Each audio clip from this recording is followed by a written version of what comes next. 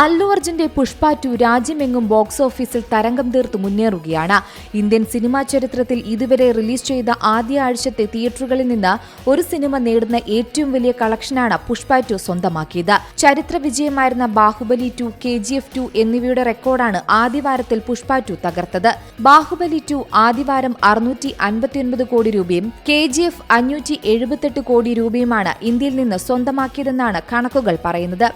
Release ചെയ്ത് ഒരു മാസം പൂർത്തിയായപ്പോൾ ബാഹുബലി 2 ഇന്ത്യയിൽ 1259 കോടി രൂപ കളക്ട് ചെയ്തിരുന്നു. KGF 2 954 കോടിയും നേടിയതായാണ് കണക്കുകൾ സൂചിപ്പിക്കുന്നത്.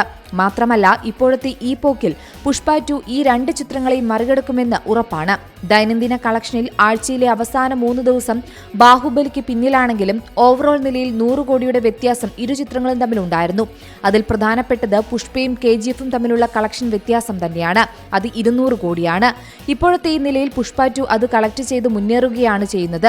അതായത് ആകെ 1280, 1300 കോടി രൂപയുടെ ലൈഫ് ടൈം കളക്ഷൻ നേടി. അതേസമയം ഇപ്പോഴും ഇന്ത്യയിൽ 1347 കോടി ലൈഫ് ടൈം കളക്ഷൻ നേടിയ ബാഹുബലി 2 തന്നെയാണ് മുന്നിൽ. എന്നാൽ ബാഹുബലി 2ന്റെ ലൈഫ് ടൈം കളക്ഷനിൽ മറികടക്കണമെങ്കിൽ പുഷ്പ 2ന് ഇനിയുള്ള ദിവസങ്ങൾ പ്രകടനം മെച്ചപ്പെടുത്തണം. ക്രിസ്മസ്, ന്യൂ ഇയർ അവധികൾ ചിത്രത്തിന് വലിയ ഗുണം ചെയ്യുമെന്നാണ് പ്രതീക്ഷ.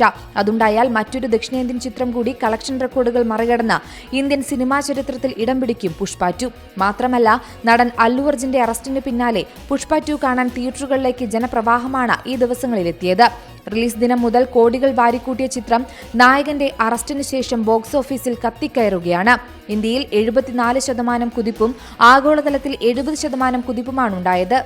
Entertainment desk, Zee Malayalam news. പുതിയ വാർത്തകളും വിശേഷങ്ങളും ഇനി വിരൽ തുമ്പിൽ. എല്ലാ ഡിജിറ്റൽ പ്ലാറ്റ്ഫോമുകളിലും ഇപ്പോൾ സി മലയാളം ന്യൂസ് ലഭ്യം.